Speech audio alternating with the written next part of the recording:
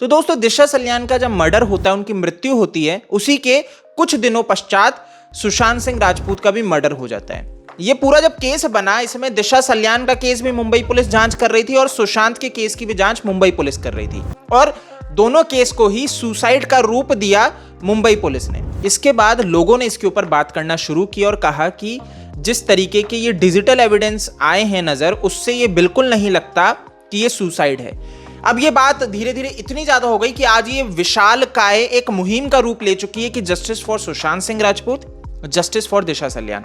तो अब थोड़ा सा हम आज बात करेंगे रोहन रॉय के ऊपर, क्योंकि आपको बहुत अच्छे से पता है जो रोहन था ये दिशा का मंगेतर था। ये दोनों साथ में एक फ्लैट रह रहे थे, और लास्ट समय में जो बताया जाता है कि एक पार्टी थी जहां पे रोहन और अन्य इनके मित्र उपस्थित थे, और उसी वक्त दिशा सल्यान ने अपना गेट बंद कर लिया और कूद गई बालकनी से।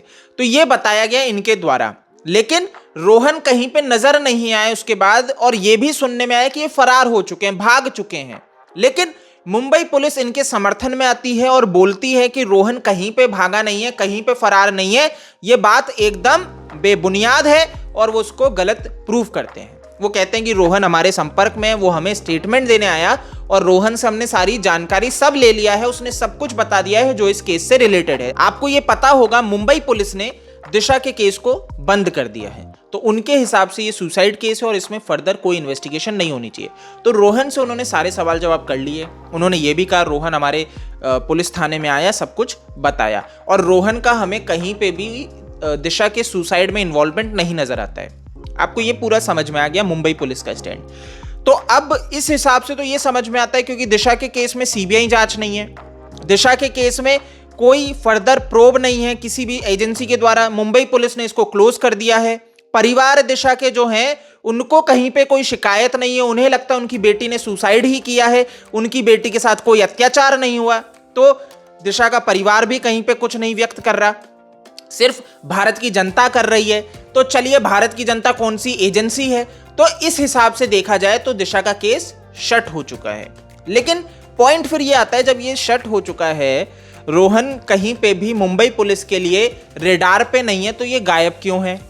ये सबसे अहम पॉइंट है कि रोहन आखिर गायब क्यों है। आपको ध्यान होगा अभी कुछ महीने पहले एक एडवर्टाइजमेंट एयर हुआ था यूट्यूब पे, जिसमें ये बात हो रही थी कि रोहन ने शूट करना शुरू कर दिया, अब ये काम कर रहा है।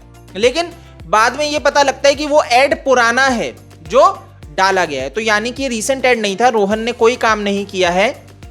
तो वो कहां पे छुपा हुआ है, ये प्रश्न उठने लगा। लोगों के मन में आ रहा है कि रोहन कहां है, और ये चीज की पुष्टि होती है कि रोहन सही में अंडरग्राउंड है, या फिर मतलब एक ये भी लोगों के मन में प्रश्न उठ रहे हैं कि वो सही में जीवित भी है या उसको मार दिया गया है। पर जो चीजें लग रही हैं कि रोहन रॉय कहीं पे भागा हुआ है, कहीं पे छुपा हुआ है, कहीं पे भगोड़ों की तरह अंडरग्राउंड है।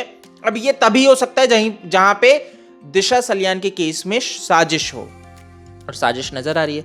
तो इस चीज को क्लियर करता है रोहन का इंस्टाग्राम अकाउंट। तो आप ये इंस्टाग्राम अकाउंट देख सकते हैं कि मई के बाद से इन्होंने कोई इंस्टाग्राम पे पोस्ट ही नहीं किया है, यानी कि 14 मई 2020 को ये आखिरी एक्टिव थे, और आज हो चुका है 2021, यानी कि ये व्यक्ति ने अपने इंस्टाग्राम को यूज करना बंद कर दिया, सोशल मीडिया से अपने आप को गायब कर चुका है। और आपको मैंने हमेशा एक चीज बताई है, जो क्रिमिनल्स होते हैं जैसे कि अनिल देशमुख के जितने भी लोग हैं, सारे अपने सोशल मीडिया अकाउंट से गायब हो चुके हैं, इसको यूज करना बंद कर दिया। क्यों? जिससे कोई भी इनको ट्रेस करके ना पहुंच सके। अब आपको ध्यान होगा सीबीआई दिशा के अपार्टमेंट तक पहुंची थी, सीबीआई के 5 अधिकारी, जब वहां पे रोहन रॉय की भी तलाश हुई, तो ये एक इंडिकेशन है कि यहां पे सीबीआई हो सकता है रोहन रॉय की तलाश में हो, लेकिन उसको छुपा रखा हो यहां पे ये जो प्रभावशाली लोग हैं।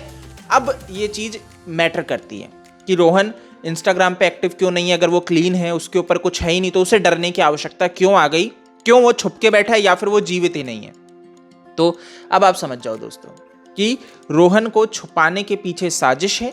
सुशांत के केस में जब हम बात करते हैं मर्डर है, दिशा के केस में जब हम बात करते हैं मर्डर है। ये क्लियर केस है मर्डर का, यहां पे कोई सुसाइड, अबेटमेंट ऑफ सुसाइड का लॉजिक ही नहीं बनता है, क्योंकि इंडिकेशन जो आ रहे हैं, जो चीजें जिस तरीके से नजर आ रही है, वो यही प्रतीत कर रही है कि यहां पे साजिश बहुत बड़ी है। तभी तो महाराष्ट्र सरकार इनके फेवर में उतर आई।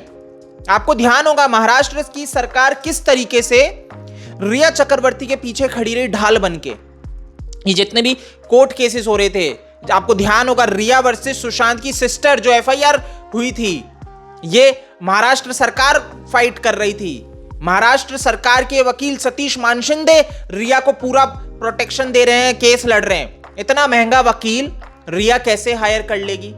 जबकि रिया के खिलाफ तो एविडेंस कितने वो है, ड्रग्स लेती है, क्वैन से इसको पैसा आ रहा है, सारी गलत चीजों में ये है।